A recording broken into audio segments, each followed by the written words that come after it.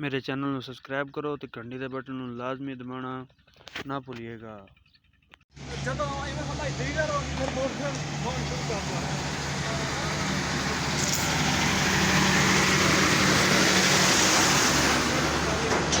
ये मूत रहे हैं और पाइप लाइन ओए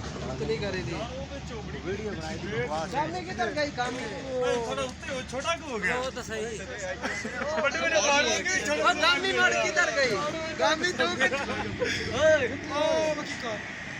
ओ स्पील पोल खड़े ये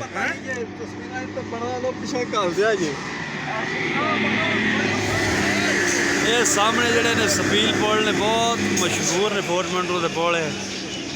ये वेखे सी असी मोबाइल ते ये अज असी ओरिजिनल दे विच वेंदे पे हाँ ते बहुत ही कम खराब है। आ साडा कैलेंडर ये विच बैठा है। ये जुदाई दे गाने लाए हाय जुदाई खा गई। अगे काफ़ी सारी ऊंचाई है। वाह वाह वाह वाह वाह वाह भाई वाह वाह फुल इंजॉय फुल माहौल बड़ा ही प्यारा माहौल है। असी एहो शाल लैके आए नाल बस असी आ गर्मी बहुत है इत्थे हुण सानू सर्दी लगदी पई बहुत ही सर्दी लगदी पई ठंडियां हवावां ठंडियां टालियां दी छावां। ओ स्पील पोल ने अगले ये भी असीं तुहानूं लाजमी विखावांगे। सब तो ज़्यादा सानू खतरा इसी चीज़ का है। सब तो ज़्यादा खतरा जो है कि चाड़ी तो मालूम नहीं होता गड्डी जैसे ये चाड़ी है तो जिधरों अं लाई है ना लाई तो बहुत ही खतरा महसूस होता पाया। पहाड़ों के उत्ते बिजलियाँ वो छोटे छोटे खंबे जूम करके विखाने लेकिन साढ़े दोस्त बड़े ही खुश ने।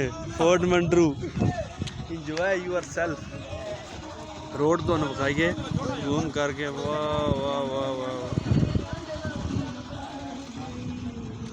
मोटरसाइकिल आना पे बड़े खुश ने सर्दी के आके मोटरसाइकिल आना पे बहुत ही स्पीडा मार के बहुत ही जोर लगता मोटरसाइकिलों का चढ़न पे।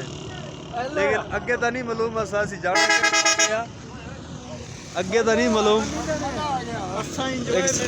इंजॉयमेंट करने वास्ते आए अगे तो नहीं मालूम सानू भी जाना कितने तो ना पिछे का मालूम है भी आए किधरों। हुण असी गड्डी ते लगे हैं बहन हुण असी अगे चले अल्लाह दी पर खैर जुलूम। मेरे चैनल को सब्सक्राइब करो तो घंटी के बटन को लाजमी दबाना ना भूलिएगा।